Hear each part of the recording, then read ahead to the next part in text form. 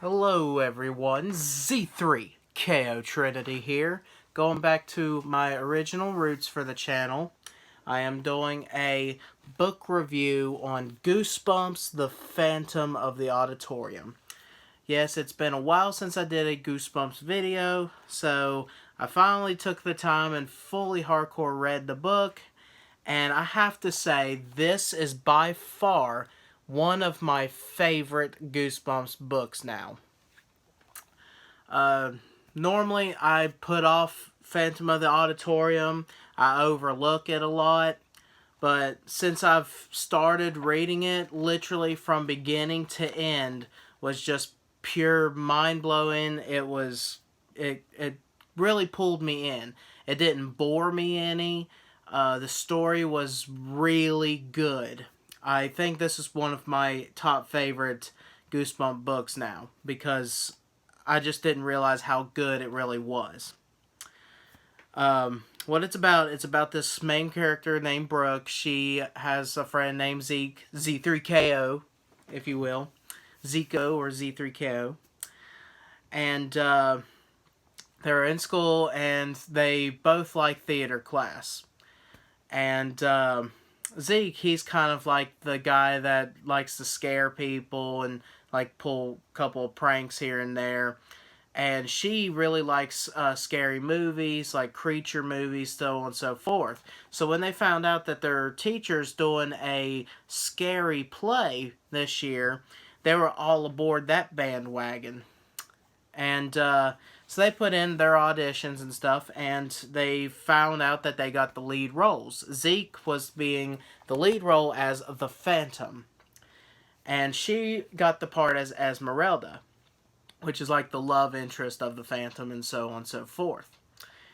Well, all through the thing, they heard that the play was actually cursed because a long time ago, 75 years exactly, the guy that was the part of the Phantom had somehow disappeared and was never seen from again. So they canceled the whole play. They did search parties, everything, but they could not find the missing person. And it's said that the play is cursed. Every time that the school went to put on the play, bad things would happen, and so on and so forth. So the schools never touched it. And they thought that they got rid of every one of their manuscripts for the story. Well, their teacher, let me see, Miss Walker was like, hey, I found the manuscript, so we're totally going to do this play now. Well, after they hear that whole story about it being cursed and stuff, they were like, on peak because it was the coolest thing ever, and Zeke thought it was funny to pull a couple of pranks. But the pranks get pulled on them because the Phantom turns out to be real, that the curse turns out to be real. I turned out to be real. Sorry, Miss Jackson, this is for real. But this is such a good book. If you have not read this one, I would highly recommend you to read this one. It kept me on the edge the whole way through. It didn't bore me any. And I love the characters. The characters of the story is relatable. They're really they're not just a boring read, if that makes sense. Like some characters in books, at some points become dull, become repetitive of what they say, and so on and so forth. But these characters in this book were just natural. Like I could just picture them with ease. And it has a really good plot twist at the very end. Probably one of the best plot twists for a Goosebumps story.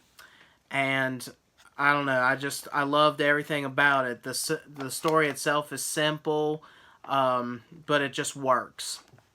So if I had to give this book a rating, I would give it a solid 10 out of 10. It was that good. And book versus movie, or book versus the episode, I would have to say that it's a tie. Because literally, the episode, they did such a good job. I went back and watched the episode just to see if there's like a lot of differences. And there really isn't that much of difference. I would say the biggest difference, which I don't want to spoil anything, but there is one major difference in the story. Actually, I'm just going to go ahead and spoil it for you guys. So if you have not read this or seen this, you can stop the video now, come back whenever you do get a chance to. But the big difference, because I want to do an actual good review, the biggest difference is they, at the end, when they go down the trapdoor again to find this phantom, there was that midget homeless man down there, and they have like this big confrontation with him, and the cops show up, and he like leaves the building, and so on and so forth.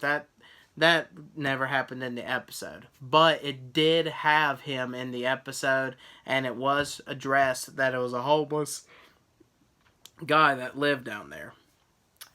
But yeah, the story goes, the kids think it's cursed. This phantom is leaving them messages saying, "Stay away from my home, sweet home, Esmeralda," and so on and so forth.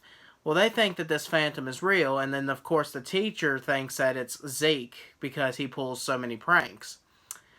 And Zeke's like, "I didn't do it!" And the teacher's like, "Yes, you did." Okay. The teacher's Mr. May. So, "Why did you destroy our props? Okay. Destroying our props are bad. We're supposed to be enjoying this thing." And he's like, "But the principal, I didn't do it. That's why." But he's trying to prove his innocence by finding the real phantom, and that's when they meet, Emil, the night janitor, and which is like a midget guy, because it says that he was the same height as Zeke. So imagine a middle school student, this man the same height as him.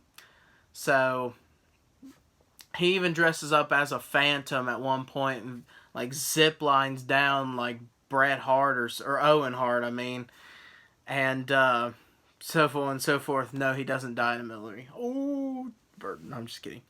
I'm kidding, you wrestling fans. But yeah, he does all this kind of stuff to kind of scare him away, and that's when the kids prove that it was just him doing it all along. He was a homeless man trying to make his way, and he didn't think nobody would ever go that far into the trap door, so he made him a little home.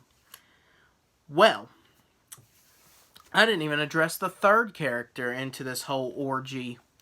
There's a new kid in school. His name's Brian. He comes in there and he just wants to, meet some friends and stuff like that. And he says that as a course for his class, he had to take theater. So that's where he meets Zeke and Brooke. And they all kind of get along. They drag him along to finding this phantom because they need a third witness instead of just those two. And he was like the Butters of the whole thing. If you're looking at it from a South Park point of view, he was like the Butters of them. He was the one that's like, this ain't a good idea. We need to turn back now, and so on and so forth. I'm afraid. I'm scared if we do find the phantom, blah, blah, blah. I shit myself because, a squirrel jumped out of a tree. I was like, oh, shit. So. But anyway, they get to the story where the cops realize that, there was someone living down there. It was a homeless man. And the teacher's like, "Oh, I'm sorry, okay. I didn't. I just assumed that you did everything, so you can go. That's my bad, okay." Well, at the end of the story, they performed the play, and they did such an amazing job.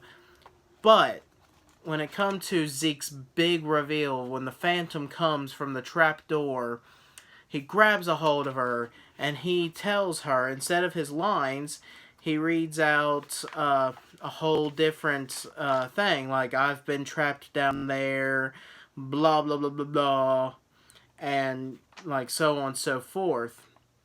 And the girl, Brooke, she's like immediately terrified because she's like, this ain't Zeke. And she's like, these aren't the lines. I don't know what to do.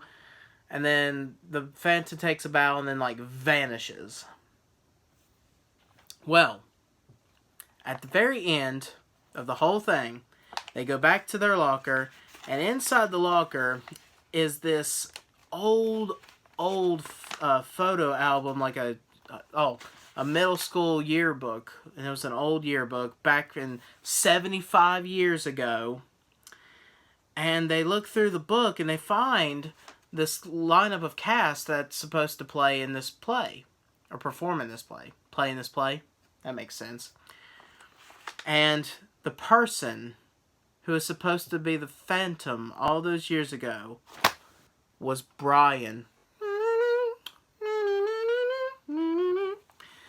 The boy that just moved to school, the scaredy pants, shit himself if he saw a lamb. That boy turned out to be the real Phantom of the Auditorium. But yes, all in all, great book. Love this book so much. It's one of my top favorites. And yeah, just all in all, it was really well done. And the episode was really well done. I mean, it followed it from beginning to end. All I had to say was that it did not have the whole police coming in and searching the building and stuff like that. But it did have bit per bit what went on. So whether you watched the episode, whether you read the book, it's all the same. I do like their personalities a little bit better in the book, but honestly, I couldn't really tell a big difference. Like, the actors did such a good job in the episode, so both of them are equally 10 out of 10 for me. But let's take a look at the art. We got this, which I kind of don't care for the art style because the Phantom is a boy, like supposed to be a young boy, and even a male, the homeless man that like dressed up as the Phantom in that one point, even he didn't look like painfully obvious. But on the front cover, I don't think that that's a boy there. I mean, I could be wrong, but it just doesn't look like a boy to me. Like a kid boy, not like, oh, it doesn't look like a man, it looks like a monkey. But, yeah, I don't know, just the art is kind of cool, but I do like the purple and stuff, the collar scheme of it. I like the Phantom's mask and all that stuff like that. So I think that's kind of cool. He's out to stop the show for good. Alright, let's see what the back of the book says, shall we? Lights, curtain, Phantom? Question mark? Brooke's best friend Zeke has been given the lead role in the school play The Phantom. How creative is that? Zeke's totally into it, like tubular. He loves dressing, salad dressing that is. He loves dressing up in the grotesque Phantom costume and scaring the other members of the cast. Like he pops out of the toilet. I got you. He's all covered in shit and everything. I got you. Brooke thinks Zeke's getting a little too big for his britches, if you know what I mean. But then really scary things start happening. A message appears on a piece of wood. No, I'm just kidding. This is a piece of scenery. The Phantom strikes. It totally didn't say that. The Phantom strikes.